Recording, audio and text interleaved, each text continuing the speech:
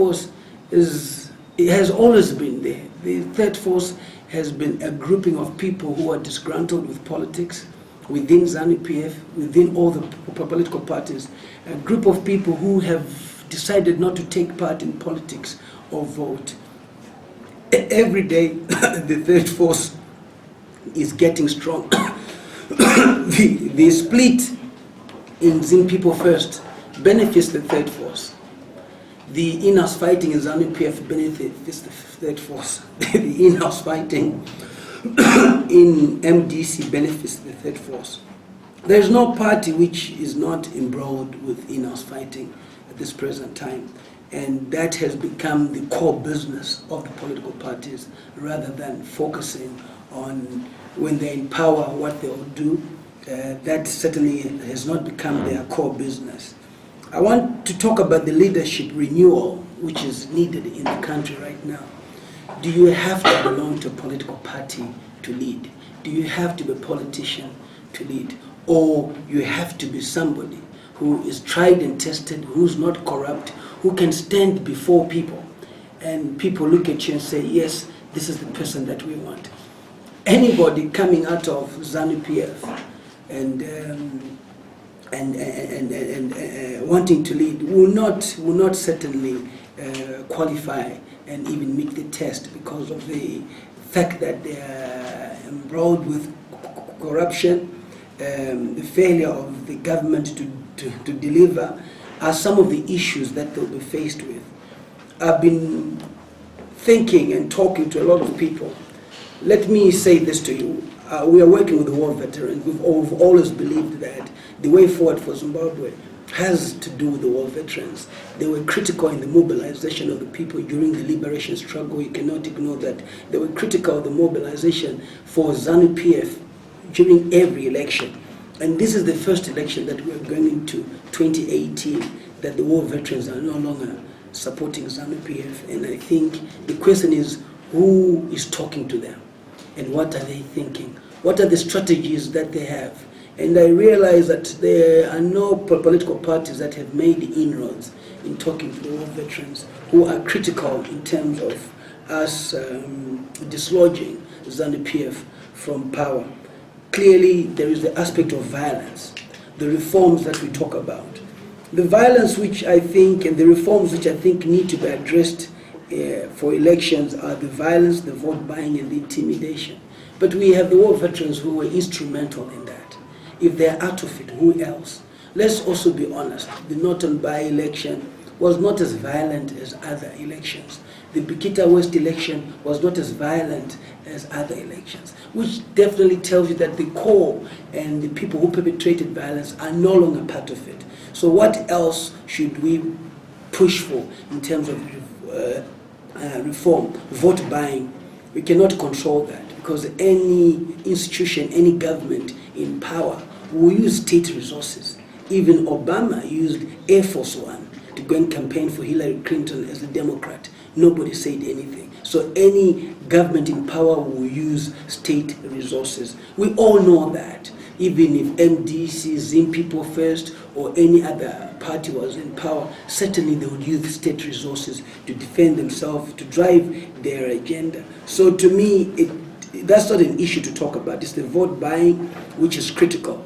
We've got lawyers in this country, and I see most of the political parties have got some of the best legal brains, but I've not seen an application going before the courts having to challenge the vote buying. Yet time is moving. Yet we're talking about reforms. We've seen NERA set up. What has come out of NERA? Nothing. What has come out of other organizations? Absolutely nothing. Yet you've got these brilliant legal minds. Bikita West election, we saw the violence which happened where the candidate was beaten, but the leader of the party is a professor in law, is a doctor in law. He never made an application to stop the election, to file an agent application to the court and say, this cannot be a free, fair, and credible election. As such, he has an agent application. We know that when there's an election, the electoral court is put together. It sits for 6 months. So it actually had no application. We need to start revisiting this and scrutinizing ourselves and say how serious are we about the change that we need. And for me, it's pretty critical at this point in time to say that the third force is certainly hunting for leadership renewal. We want to be engaging people like Shingi, who we think are clean from the religion point of view, Nkosana Moyo, Mtuli Nuwe. There are so many other people out there. Even Strive, he doesn't want to lead, but I think, you know, we now need people like him. If he's patriotic and is a true Zimbabwean, he certainly is suffering as well from an economic point of view. You see how his business is being attacked left, right, and center for personal reasons more than anything else. Is that the country that he wants, where he comes from? We need to have the young people participating in politics. 50% of the participants 2018 must be young people, must be the youth. You also need the minority involved. The racial composition of the whites, the Indians, the coloreds must also be involved in that process, because that's the new Zimbabwe that we're building. We also need to have disability. 10% to 15% of the population is disability. Why can they be part of it? So we're looking at that demographic being factored in terms of the third force. So the talk is continuing. I can tell you that progress is being made. We are already on the ground. We are working tactfully so. We understand how ZANU-PF operates, and because of that, we are not going to be loud in terms of what we're doing, but we can tell you that we are on the ground. I think within 2 weeks to a month, we'll be announcing the 210 candidates that will certainly be representing the third force, who will be independent. We've come to realize that people are more for change than for political parties at the end of the day, and one with an independent candidature is likely to get a lot of people supporting. This stems from the fact that ZANU-PF is not prepared. ZANU-PF members are not prepared to support any opposition party, but they can support an independent person because it's within them. We move to the Zim people first. How is that going to assist? If there's anything that really will change the politics of Zimbabwe within ZANU-PF, is the current split in Zim people first. It's no secret that, you know, if you put Maim Juru's team and the team with Didmas Mtas and Rugare Gumbo on a scale, you can see that the core of the ZANU-PF people are on Didmas Mtas and Rugare Gumbo.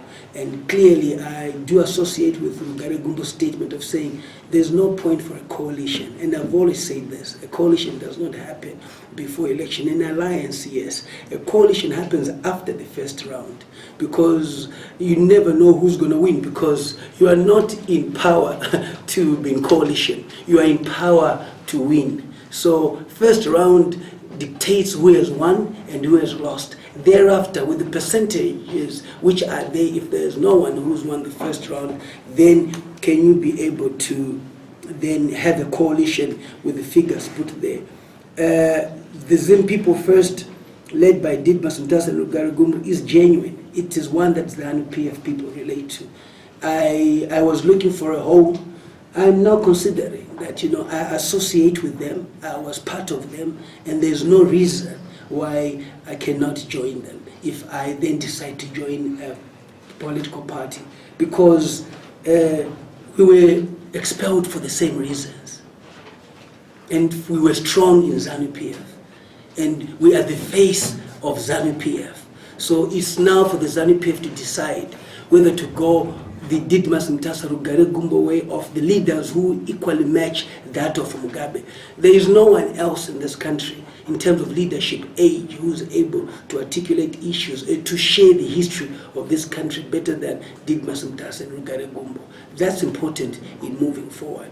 And I think the provincial chairpersons who I've been talking to, who have expelled as a result, even the members of parliament who were so-called gamma talks now that I'm in parliament, are now looking forward to really working with it. The mistake was that they were then bringing people from the opposition who were already opposition. You cannot say you're making ground and gaining ground by inviting Spepa Nkomo to be part of Zim people first. He was already opposition. If you get Kasukwere to be part of you, then you say you're making progress at the end of the day, because he was never opposition. He was in ZANU-PF. The strength of people first was to be in ZANU-PF. and to eat from ZANU-PF, and they did not require membership because the membership was already there. So it was even a mistake to say, let's have membership cards for people of Zim People First. Zim People First stroke what was in ZANU-PF. So the membership is there. They must now go to the membership, and it is the only institution right now which can eat from ZANU-PF because of the caliber of the people in there. In terms of Mayim Juru, I said it before, I never thought of her being a leader. I think this is the problem with people handpicked by President Mugabe. She was handpicked, so was Honorable Vice President Nangagwa, so was Honorable Vice President Poko. And Mugabe will always challenge you and say to you, you are not strong within ZANU-PF. Why do you think you should lead? He remains the only person in a Congress that is elected genuinely. The rest are not. After he is elected, he then appoints them. So you must understand his system, his way of going about things. So there is no ways. And I think Zimbabweans in desperate need for change then thought Mayim Juru would lead. But leadership is certainly shown when other people are expelled for your own aspirations, and you're not able to defend them. She failed to defend them. She has more strength now outside ZANU-PF than within ZANU-PF. She's able to attack Grace outside ZANU-PF, yet she could have done that within ZANU-PF and stopped this mayhem from happening. She's renowned for having gone to the war and shot a helicopter and so forth. That's the courage that I was looking forward to when she was in ZANU-PF, so that the economy and the state of the country and of the party would not be where it is if they really said we went to war, to defend this. So for me, it's pretty clear that she has lost the plot. She was a product of her husband, and as soon as the husband was no more, she was not there anymore. And I think it would serve her better to focus on farming rather than on the political career which she intends to embark on. She's not well trained in terms of articulation of issues, substandard statements. You zero in on the big queen issue, which is not even relevant to the economy of the country. I was saying to my uncle the other day, joking with him, Comrade Mtasa said, but when I look at Mbuya, she's certainly much prettier than Mayim Juru and more attractive. And Sekuru, were you really serious that you really wanted to go for her and so forth? She publicly has attacked her husband before that for him going astray, going for other women and so forth. So the question I have for her is that if your own husband could not see you attractive, why do you think other men should see you attractive? That goes without saying. She's gone public attacking her husband many times of him not being a one-man woman and her being neglected, and as a result, they certainly had instability in their home. I don't know why she forgets such things. I wonder that I think you're opening a can of worms the moment that you go personal and talk about people, especially personal relationships. I think it's sad. And why is she saying it now? If she really wanted to defend the girl child, why did she not say it immediately when it happened? Not after you have been fired or after you have fired others. What truth in this? So she will never protect the girl child. She will allow the girl child to be raped, and after the girl child has been raped, she then comments. I think, I thought she would really say, no, I am firing these men immediately, or they're not part of this party, because it's not only about her. She's basically saying that they are able to do that to every female in the party. So they've become really a nuisance to the party. So why did she not stop the rot? So to me, I think it's rather sad that she then opens a can of worms, which is unnecessary at this point in time. What is critical is the economy. First Lady, I looked at a statement, contrary to what other people think. She is supporting her husband. My mother would equally do the same. Your mother would equally do the same. But the First Lady must understand that we are not all married to the President, and we don't feel for the President the way she feels for the President. I think that's what she forgot, that the electorate is different. The electorate is not married to the President.